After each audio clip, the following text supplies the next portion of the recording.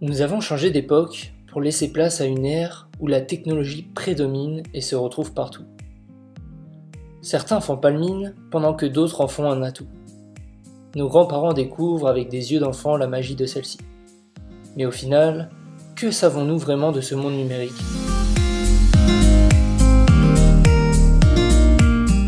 Salut à tous, c'est GDev. J'espère que vous allez bien. Aujourd'hui, on se retrouve pour parler d'Internet et du web. Et pour cela, allons à la rencontre de Joe et Lucie. Et d'ailleurs, les voici. Comment allez-vous ? Super! Ce jeune couple ne sait pas quoi cuisiner ce soir. Joe aimerait bien une pizza, cependant Lucie aimerait cuisiner en amoureux. Ils décident alors de rechercher une recette de pizza sur le site onafaim.com. Lucie allume son ordinateur et se connecte à son navigateur web pour aller sur celui-ci. Tadam! La magie opère et le site apparaît. Mais que s'est-il passé derrière tout ceci ? Reprenons depuis le début. Pour que tout cela fonctionne, nous avons besoin de 3 acteurs. La machine client, qui sera l'ordinateur de notre jeune couple. Ensuite, un serveur et une base de données. Nous allons voir, pas à pas, chacun de ces composants.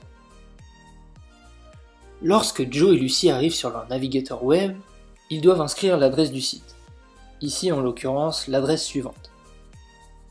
Le HTTP veut dire Hypertext Transfer Protocol. C'est ce qui va nous permettre de naviguer entre les différentes pages web. L'ajout du S, pour avoir HTTPS, signifie que cette navigation sera sécurisée. Personne donc ne pourra lire vos données. Cette technique de navigation nous permet de nous déplacer comme bon nous semble sur le web à travers les différents liens hypertextes. Nous devons cette invention à Tim Berners-Lee qui a mis au point ceci en 1991. Une fois que Lucie a rentré l'adresse, cela va lancer une demande de page au serveur.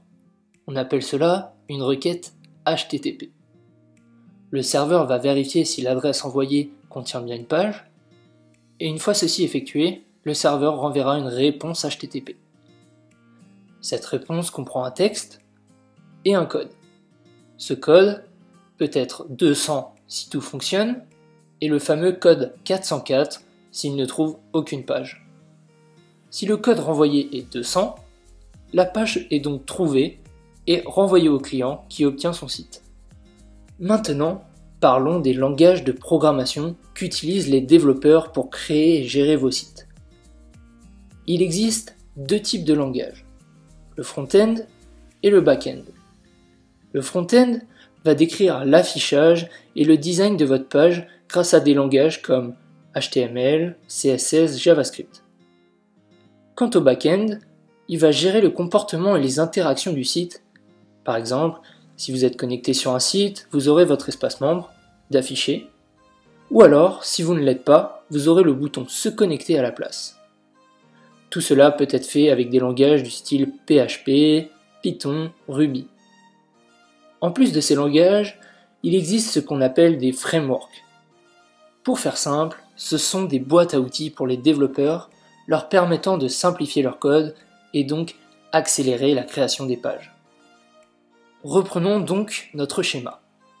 Demande de page, page trouvée. Le serveur génère le code back-end et renvoie la réponse HTTP avec le code front-end au navigateur qui va transformer ce code de développeur en une page compréhensible et visuelle pour Lucie et Joe. Le site apparaît désormais devant eux.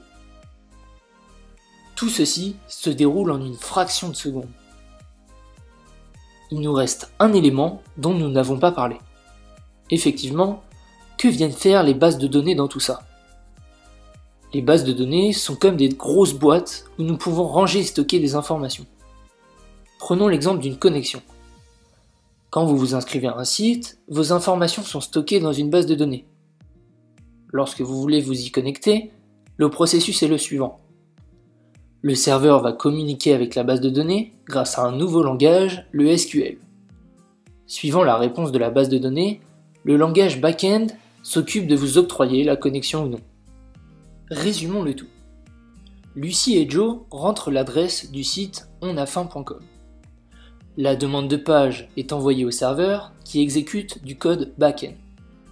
Une fois effectué, il renvoie une réponse contenant la page et le code front-end des développeurs. Le navigateur de Lucie et Joe va transformer le code reçu pour en faire un site beau et compréhensible visuellement. Maintenant, le couple souhaite se connecter au site pour retrouver leur recette de pizza favorite. Ils rentrent leurs identifiants et cliquent sur « Se connecter ». La demande est envoyée au serveur qui communique alors avec la base de données pour vérifier les informations. La base de données confirme que le compte existe et renvoie toutes les informations de leur pizza favorite. Le serveur renvoie la page et ses données au navigateur qui affiche alors tout à l'écran. Voici donc tout ce qu'il se passe derrière la magie du web.